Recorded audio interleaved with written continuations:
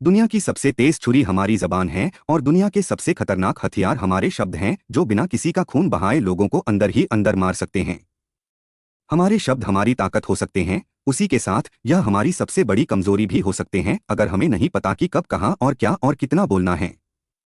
यदि हम सही समय पर सही इरादे के साथ सही शब्दों का प्रयोग करते हैं तो यह हमें एक सफल व्यक्ति बनाता है, लेकिन अगर हम सही समय पर सही इरादे से सही शब्दों का इस्तेमाल नहीं करते तो यह हमारे जीवन को नर्क से बदतर बना सकता है।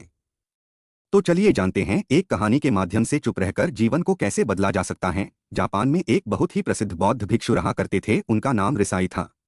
रिसाई अकेले रहते थे। दुनिया के शोर शराबे से दूर जंगल में वो रहते थे और वह बड़े ही ध्यानी और प्रभु भक्त व्यक्ति थे, इसलिए वह पूरे जापान में बहुत प्रसिद्ध थे। एक दिन एक राजकुमार रिसाई के पास आया और बोला, हे प्रभु, मैं हमेशा थका हुआ, निराश और परेशान महसूस करता हूँ।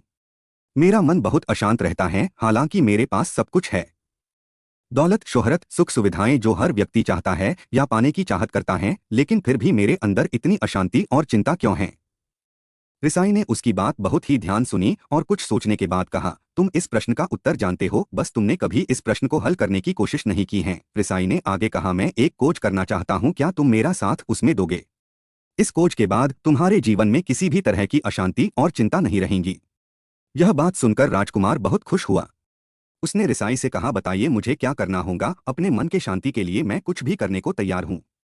राजकुमार की बात सुनकर रिसाई ने कहा, तो फिर अगले 15 दिन तक मेरे आश्रम में रहोगे और एक सामान्य व्यक्ति की तरह अपना जीवन व्यतीत करोगे और इन 15 दिनों में तुम अकेले और चुपचाप रहोगे, जितना हो सके कम बोलोगे। राजकुमार सहमत हो गया। पहले दिन राजकुमार को लगा कि उसका मन सामान्य से अधिक अशांत और विचलित है, उसके मन में तरह तरह के विचार आ रहे थे। वह आम लोगों की तरह जीवन जीने में असहज महसूस कर रहा था। उसे अंदर से बोलने की चाहत हो रही थी, लेकिन वह चुपचाप रहा। उसके मुंह से एक शब्द भी नहीं निकला। अगले दिन वह वैसे ही पूरा दिन चुपचाप बैठा रहा। अगले 2-3 दिन वह वैसे ही चुपचाप बैठे रहा। लेकिन रात होते होते उसे अंदर ही अंदर शांति का अनुभव होने लगा। उसके लिए यह अनुभव अजीब था। वह खुद से पूछ रहा था कि वह अंदर ही अंदर इतना खुश क्यों है। अगले दिन राजकुमार अकेला चुपचाप बैठा था। वह प्रकृति को निहारने लगा। वह पौधों को, फूलों को, आकाश में उड़ रहे पक्षियों को देख रहा था। वह अपने जीवन में पहली बार यह अद्भुत दृश्य महसूस कर रहा था कि उसके आसपास कितनी सुंदरता है। अब वह दिन भर प्रकृति की सुंदरता को निहारता रहता और ताजगी महसूस करते रहने लगा था। इसी तरह से 10 दिन बीत गए थे और उसके मन की सारी बेचैनी, सारी हलचल और सभी तरह के तनाव गायब हो गए। 11वें दिन की सुबह राजकुमार फिर से एकांत में बैठ गया और कुछ ही मिनटों में उसकी आंखें अपने आप बंद हो गई और वह गहरे ध्यान में चला गया। वह पूरे दिन वहीं पर ध्यान लगा के बैठा रहा और गहरे ध्यान में डूबा रहा। ना कोई शब्द, ना कोई चिंता, राजकुमार भीतर से असीम शांति और आनंद से भर गया। राजकुमार अपने बाकी के 4 दिन इसी तरह व्यतीत करने के बाद रिसाई के पास गया और उन्हें प्रणाम किया और बोला, हे भिक्षु महाराज, मुझे उत्तर मिल गया कि मेरे में इतनी उथल पुथल और चिंता क्यों था। मैं जान गया कि मेरा मन इतना अशांत और विचलित क्यों था। रिसाई ने मुस्कुराते हुए कहा, बताओ क्या उत्तर मिला तुम्हें? राजकुमार ने कहा, मैं जरूरत से ज्यादा बातें करता था। मैं किसी पर भी अपने शब्द और ऊर्जा व्यर्थ करता था। मैं दिन भर अपने लोगों से फालतू बातें करता और अकेले में उन्हीं लोगों के बारे में सोचता रहता था। ज्यादातर समय नेगेटिव बातें सोचता रहता और इस तरह से मैं अपना समय बर्बाद कर देता था। ज्यादा बोलने और नेगेटिव सोचने से मेरा मन अशांत और बेचैन हो गया था। इसी वजह से मैं किसी काम को ठीक से नहीं कर पा रहा था, जिसकी वजह से मैं हर काम में असफल होने लगा और फिर इन्हीं लगातार मिलने वाली असफलताओं की वजह से ही मैं उदास और चिड़चिड़ा हो गया। इन्हीं सभी चीजों के वजह से मेरा जीवन बर्बाद हो रहा था। ये 15 दिन मेरे लिए पूरी तरह से अलग थे। मुझे कुछ अलग ही एहसास हो रहा था। अब मुझे ऐसा लग रहा है कि मैं अपना जीवन पूरी तरह से जी रहा हूँ, लेकिन इसके पहले मैं अपना जीवन गलत तरीके से जी रहा था।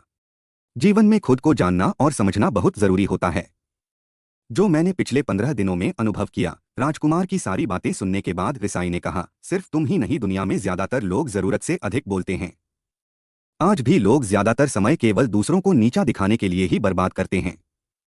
रिसाई ने राजकुमार को चुप रहने का महत्व समझाते हुए कहा, एक बार गौतम बुद्ध से उनके एक शिष्य ने पूछा, आप ज्यादातर चुप क्यों रहते हैं? तब बुद्ध उन्हें चुप रहने के फायदे को समझाते हैं। चुप रहने से व्यक्ति अंदर से अनंत शांति और गहराइयों में होता है। मौन अपने भीतर उतरने की पहली सीढ़ी है।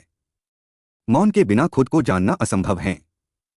खुद को जानने और समझने का पहला नियम है, मौन हो जाओ। कम बोलने का कोई भी नुकसान नहीं है। लेकिन यदि आप ज्यादा बोलते हैं तो आप अधिक गलतियां करते हैं। अगर व्यक्ति कम बोलना शुरू कर दें तो संसार की 90% मुसीबतें अपने आप खत्म हो जाएंगी। जिसने मौन रहने की कला जान ली वो भीड़ में भी अकेले रहने कला जान लेता है। एकांत में तो आदमी आनंदित रहता है, दूसरों की उपस्थिति ही तो बेचैनी पैदा करती है। चुप रहने की शक्ति से अधिकतर ऊर्जा को बचा लोगे। इस कहानी से हमें यह सीखने को मिलता है कि चुप रहने में भी एक अद्भुत शक्ति होती है। अगर हम सही समय पर सही शब्दों का प्रयोग करते हैं तो हम अपने जीवन को सकारात्मक दिशा में बदल सकते हैं। चुप रहने से हम अपने आत्मा की गहराइयों में जा सकते हैं और अंदर से शांति का अनुभव कर सकते हैं। इससे हम अपने विचारों और भावनाओं को साफ करके अपने जीवन को सकारात्मक बना सकते हैं। चुप रहने की कला हमें सीखनी चाहिए ताकि हम अपने शब्दों का सही इस्तेमाल करके अपने और दूसरों के जीवन को सुधार सकें।